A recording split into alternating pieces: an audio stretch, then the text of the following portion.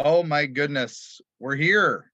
We're This here. We this did is it. crazy. I mean, I for a generation it seems, we have been. I have been told that I need to do this on my own. That I need. I'm the professional podcast guest of note on many a podcast, and a guest host on several. So now they're all like, "Well, why don't you just host your own?" Well, I'm putting my money where my mouth is here, and we're doing it. We're Oh doing it. no, it's about effing time, Mark. There, I said that for everybody who's listening, who's thinking the same thing. That it's All about right. effing time. All right. Well, let's hope it holds up, and let's hope we deliver on the promise that this is. So, without further ado, welcome to the inaugural episode of Eerie Adventures. Uh, Woo! Woo! yeah. So I am your host, your ghost host, as it were. I'm Mark Muncy. I am the author of the Eerie, Florida book series and now Eerie Appalachia and future volumes in the works. And then my co-host is the amazing. Oh, Erika Lance. I wasn't sure if you're going to say my name.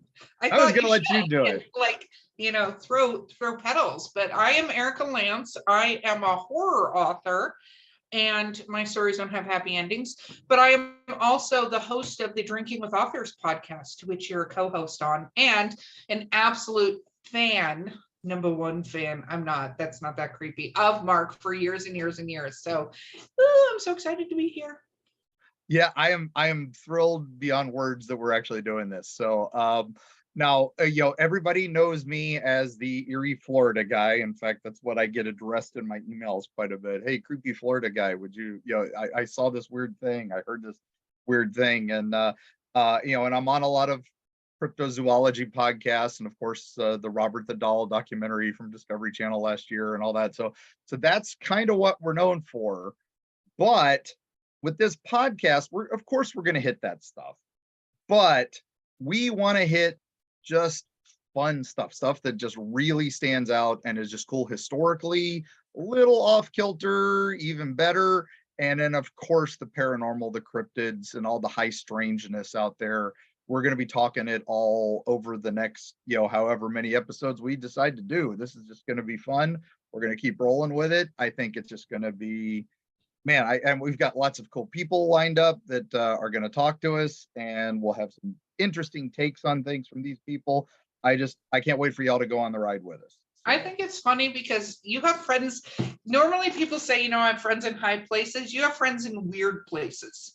Yes. And so and you say Eerie, Florida, because that's where you started. You have, I think, what is it, 4 books in Florida? 3, 4? Yeah, 3. We did 3 now that are in print. There were more before, but are long gone. So, Yeah, and they shall remain buried. They're not buried. I know where to find them. You guys can send us an email. But the thing is that you're branching out like sort of globally all over the place. Yeah. So it's not just Florida. So if people want to, they can give us stories from wherever. Oh yes. And as the episode goes live, the website will be going live, and you can all head over to Eerie Adventures, and we will be having all kinds of things there that are not on the episodes, like bonus material. Also, some extra nonsense will be up there. I'll be posting a blog up there intermittently. Wow. About what the latest news and adventures are. Plus, we'll have links. Say Eerie Adventure, not Eerie Adventures, like EerieAdventure.com. Yeah, we don't want to get copyright infringement by whoever the crap sticks owns that shit, right? Yeah, I know. What a heck. What a crazy thing. So EerieAdventure.com, not Eerie Adventures, but and that's owned by a GoDaddy bot. So we'll have to do an episode on domain squatting at some point. Oh gosh, yeah, no, I agree. But EerieAdventure.com, and then you'll see the button there that should be there by this time saying, send us your stories, because we want to hear them. You can send us audio or text or email, whatever you want to do. Carrier pigeon, we'll get it. You can even send a raven from King's Landing. But we will eventually get it here. And send all ravens to Erika if we're going to send them. I want the ravens. But also people are going to be able to upload pictures and crap and links so they can tell us all about their shit, right? Like what they've encountered themselves. And exactly. And you may too be a guest on a future episode, because we will have guests come on to tell us their stories as well. Although, there are, like I said, there's dozens of other podcasts that do that. So we're going to just try to take it for a little different spin here. And I think with that, I think what, one of the things we need to do is, get into our first tale, right? We do, but you know what? You forgot to probably announce the most important person who's part of this podcast. Oh my gosh. Oh yes. The power behind the throne. Because she is like the hand of the king, or little sister. I'm not sure, the spider. She's probably more like the spider than anyone else. Very much. Yeah, the master of whispers. They are like the spider. They whisper to us and let us know when things are going well and when things aren't going well. Our wonderful producer, my youngest child, that would be Callista Muncy, the great Callie, is here. And, yes. Callie! You can't see them, but they are haunting the background. they may chime in with a phantom voice here and there. So I hope you all enjoy them when they do. But they're doing the behind the scenes works, all the heavy lifting. We also have a couple other shout outs since we're just getting started. We've got to shout out my lovely wife, Carrie Schultz, for our awesome logo. And the super, she's the talent. I just do the words. And then our wonderful friend who did this amazing theme song for us, the amazing, incomparably talented Destiny Beard. You and the whole Beard clan, we love y'all so much. But thank you so much for doing this for us. Destiny's been doing music for me since all the way back to our Hellview Cemetery days. Which is 80 million years ago, the haunted attraction I used to run back in the day. That's another episode we're going to do, right? Haunted attractions. We will do haunted attractions, and we have a few friends in that field who will be on. We'll be covering haunted attractions as the seasons progress. I mean, we might even be doing some out of season haunts, because Halloween is not just for haunts anymore. I mean, haunts do all the holidays now, so we'll be talking. That's true. Henry's Haunted Trail. We'll be talking with Ben from up at Netherworld. We'll be talking with a bunch of people coming up. So they are excited to be a part of this, and we're excited to have them. Like and subscribe so that you know when that's all coming. Like and subscribe. Yes. Sorry, on your podcast, on your podcast platform of note, please like and subscribe, because that's how we get these awesome people to come on and do these things with us. So, and if you want to hear all the music and stuff, aren't we going to put the show notes? Show notes will be on the the various platforms, but we'll also be at eerieadventure.com. So definitely all that fun stuff. So now, without further ado, today I have a story for you. And this one is one of those stories I had known peripherally about it for decades, but of course it is becoming something major this year. But I wanted to get a little ahead of it. Although it is an older story. This goes back to this far ago time called the 80s. And it actually goes back. Yeah, it actually goes back before that. But we're going to start our story in 1985. A man who is walking out of his house in Knoxville, Tennessee, and he's just coming out to get his morning paper, and there in his driveway is a dead body. Well, how would you like that? Sounds like a story. That sounds like a story that I would start. Exactly. So, a dead body. I thought this was not going to be about true crime. I guess it is. But this is the first half is true crime. Ooh. But then the second half, we're going on a great trail. So okay, this is just the beginning of the tip of an iceberg here. This is the tipping point. I like the tip. Just the tip, just the tip of the iceberg. So anyway, the man is laying there in the driveway, dead.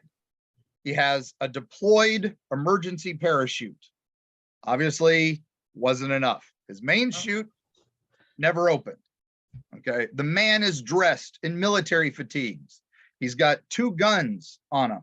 He's got a duffel bag that is filled with 40 football-sized packages of cocaine. He also has night vision goggles. He has a knife. This guy was armed to the teeth. Ready? Yeah, I'm ready. He also had the keys. He also had the keys in his pocket to a plane. The plane, a few hours later, crashes abandoned into the forest of North Carolina, in the Chattahoochee Forest. Oh my goodness, right? So let me just clarify something. It took hours after he abandoned the plane for it to crash? He put it on autopilot and jumped out. Well, that's a waste of a perfectly good goddamn plane, if you ask me. Exactly. So they the man, whose name is Andrew Thornton II, and yeah, he did not do well, right? So anyway, the police start investigating. They find, the plane. They found the man's, cocaine, and so they path backwards.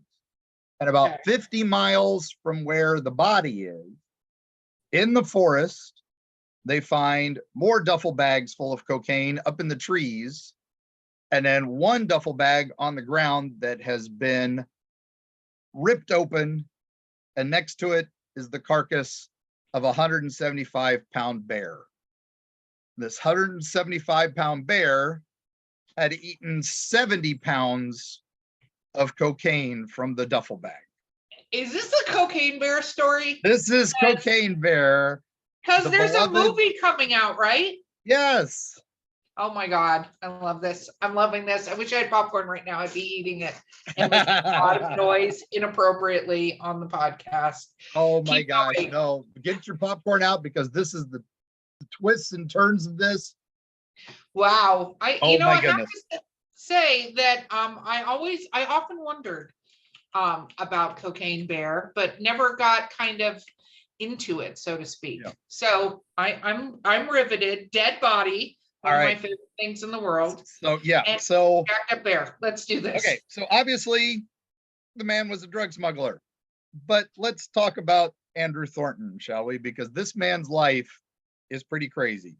Born in 1943 in Lexington, Kentucky, grew up with the Thornton family, which is a thoroughbred horse farm, and they had $1 million horses. These were some of the best of the best. So this is money family in early days of Lexington. So early 1900s, and so he had no need for money. He was well to do.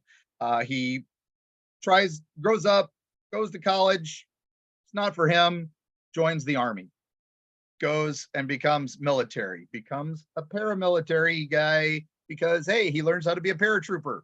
He learns how to do all these things, learns how to fly, small craft, but retires from the army very quickly, doesn't stay in it long, and tries to go back to work on the horse farm with the folks. Isn't for him. This guy likes danger. This guy really likes to live on the edge. So what does he become? A police officer. And he starts really, becoming this maverick cop. In fact, his ex-partner called him a Starsky and Hutch type. So I'll tell you, this is the 70s. Where he, didn't play by the rules and all this. And he helps found Lexington, Kentucky's narcotics division. Wow. Of police. And he's one of the guys on the ground building that organization. And how crazy is that, right? That's this guy nuts. Military to that. And then, like I said, he's got money still, though. He's got family money, so he starts going back to school at night to get his law degree. Okay. Oh wow, I already love this story because we have a military cop lawyer, and where he ends up. Keep going. I'm riveted. All right, so he goes back to get his law degree, but he never actually practices law. He gets hired by a buddy of his to be in his law firm, is when he quits being a cop and starts working with this guy. Now, this buddy of his, though, who runs this law firm, runs a law firm out of Fresno, California, and happens to have a branch in Lexington, Kentucky. And kind of an odd branch, right? Kind of an odd stretch there. That He is also has a branch down in Miami. well, this is all making a little sense now, but continue. so anyway, but so yeah, you can follow the trail, as it were. And so the turns out the buddy's connection is the Chagua family, the Chagua brothers, which were big cocaine smugglers in the early days of California. They were the power that brought cocaine and marijuana into California back in the 70s. Now, Okay. So what happens is our good boy Andrew there winds up being arrested in a hotel in Fresno, California. Okay. Because the maids said they smelled devil's lettuce coming out of his room, right? Smelled the marijuana. Are we talking about the marijuana? The marijuana, yes. So they smell that coming out of his room. So they go and investigate his room. Now, in the room, 1970s, right? So this is late 70s, actually, very late 70s.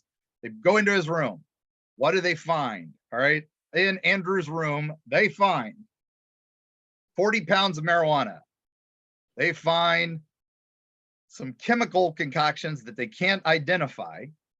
They find 3 passports with various names for them. Okay. They find several $1,000s, and they find tons of guns. Tons of guns. That's literally the article says, tons of guns. I'm like, is that weight or is that, it's kind of metaphoric, but you know what? So. I always, you hear these things and you got to wonder what the perspective is on the person writing the article, because there's only so much room in a hotel room, and there's only so much stuff you could take in there before it would red flag the people you're walking past. If you walked like literally tons of guns, people would be going, what is he taking all those crates to his room? So I love that the reporter said tons, and it was probably like 5. Yeah. But now, anyway.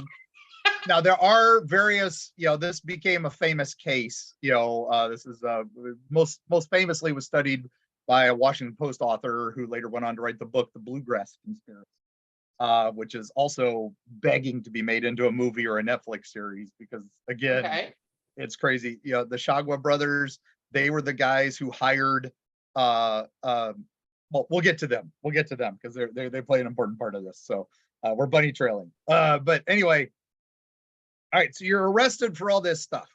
He says, oh, I'm working for the CIA. And that's this book. He pulls out his little notebook. And this is the reason I have all this stuff. And his notebook has names and phone numbers and addresses and project code names, including one called Project Bluefin, and which was notorious at the time. And they think this guy, well, he's basically saying that I'm a double agent. I'm working for the bad guys to bring them down. That's why I had to leave the police department, because I'm actually secretly working for the DEA and the CIA on this to bring down a cartel. So of course, an investigation gets launched. And of course, it's all BS. Nobody says this is real.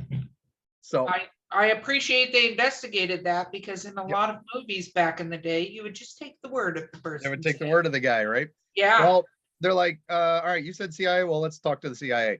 Well, okay. So let's say you and I in the 1970s had this hotel room filled with all this stuff. How much time do you think we would be put away for? Well, it makes me wonder when the Drug Enforcement Agency went in, because they started about 81. 80. See, they didn't take these things as Yep. serious back then. That's Yep. look at me remembering crime stuff. Yep. I don't think they took it seriously. I give him 120 days. Okay. Well, he got 6 months in a minimum security prison in Lexington. What? I want So- points. How much is 120 days? Is that 4 months? Wait, That's 3 months. Yeah, that's 4 months. So yeah, he it's just got a 4 little months. bit more. So I was close. Yep. Plus, rich white guy, so that made all the difference. Anyway, so one of the reasons people think that he got out as quick as he did was not just because they hadn't really done it that heavy yet. They thought he could lead them to the bigger fish. And they were trying to find an organization that was codenamed The Company. And it was The Company, which was supposedly ex-law enforcement dealing with cartels back in South America that were smuggling cocaine and drugs into America. Okay. Now, our boy Andrew had been flying from Colombia to Fresno to Lexington to Miami, and he was making a route. And that's what he was doing, was he was smuggling all the things. But now he swears during all of this that, he has done only for the good of the United States. And he's convinced World War III is going to happen. He's a prepper.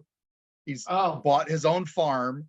He's filled it with concertina wire, and they were surveilling it in the early 80s because they were convinced he was training guerrilla warriors on his property. Like you do. Yep. Now, while he's about to go to trial for his stuff, he gets shot walking out of a building 3 times in the chest and is there on the ground. But he's wearing a bulletproof vest. So he survives. And now everybody's like, oh my goodness, he really is in danger from these cartels. Well, turns out he actually set it up himself to try to get leniency from the judge to show that he would be dead in prison. So how crazy is that? He's got himself shot. He hired somebody to shoot himself. Yeah. Wow, that's a lot. I'm gonna give you leniency for that, but put you in one of the padded rooms that we have available for you. Because hello, crazy person. Oh my gosh, yeah. And then the fun continues. Okay, so the man who shot him. Okay, this is a name that I don't think you expected this story to bring up, right? So we're talking Cocaine Bear here. This is the first big Hollywood tie, right? The man who shot him was Woody Harrelson's dad. No. Yes. Oh my effing God. Now, Charles Harrelson is a well-known hired assassin. Yeah. He famously was convicted for killing the first federal judge in the 20th century because it was a frequent occurrence in the 19th century. but not in the 20th. In the 20th, we pulled that back. Wow. So he hired Woody Harrelson's dad to shoot him. Okay. Shoot him. Go big or go home, I guess. Right. I guess, right? So anyway, poor Andrew, this is his life. He then they seem to lose track of him, right? They were supposed to be following him to try to bring these other guys down. Obviously, they fail miserably. They follow him till 85. This is from 81 to 85. They were tracking him like a hawk, supposedly, but obviously more and more stuff was coming in. He was doing more and more things. And eventually that's when we find him at the ground, at this guy's driveway. So people question. Did the article say where he was in the military? Like, was he just? He was trying to be an airborne ranger. Oh, so he had a little bit of the how to hide from people thing going for him. Yeah. So he had it going. One of the things he was doing as a cop was he was arresting people who protested the Vietnam War, and he seemed to take relish in that. Oh, So he was okay. definitely, hey, yeah, I was a soldier. I don't want you protesting me and stuff. Now, there were some notes that he did have some swastikas that he liked to wear. So I'm like, dude, you were born during World War II. I mean, this is, Well, but is there confirmation on it? Because he yep, seems like a prepper, and he seems yep. like he definitely had some ideals. And I'm He not was deflating the Nazism, anti-communist. but He was oh, anti-communist, and so he was just really heavy into that. And he thought the Nazis were the ultimate anti-communists. So that's the only thing I've seen in a couple interviews about him. he That obviously didn't research the Nazis then. obviously, Yeah. limited research available in the 70s and 80s before the internets and before all the History Channel documentaries. So Still, but okay. yeah, He but gets an F. F yeah, for definitely. study. That's where Yeah. all semblance of liking the guy goes out the window, right? Yeah. Now, didn't Now, like him to begin with. Now, super don't like him. but Okay. now the question is, why the plane crash, right? Yes. Now there was supposedly another man on the plane with him. They're not sure. It's not like they kept flight logs, right? This is a covert drug smuggling operation. Mm-hmm.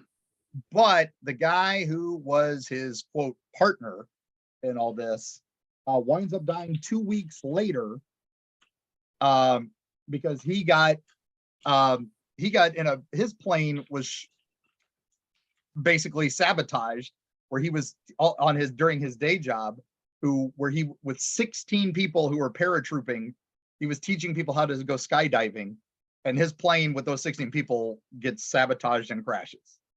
Oh So, my and they God. So say 16 people lost their life. 16 And people this lost was their his life. partner. This was his partner. So Oh, 2 weeks after his plane, where he winds up on the driveway.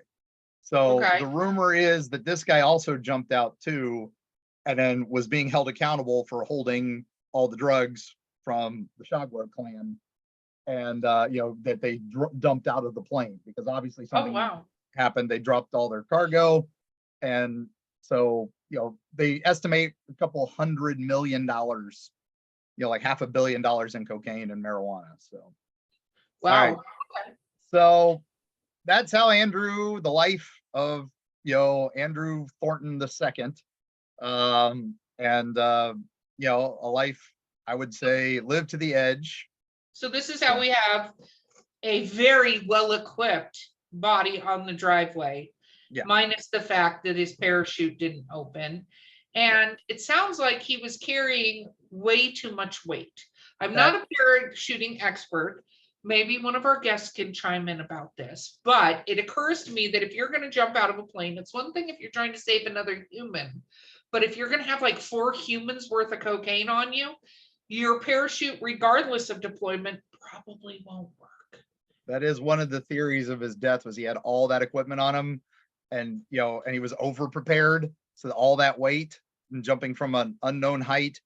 But he also was like one of those guys who liked to wait to the last minute to pull the cord, because he lived on the edge and all that. And he also packed his own chutes and didn't trust anybody else to do it. So there's a lot of things that could have happened.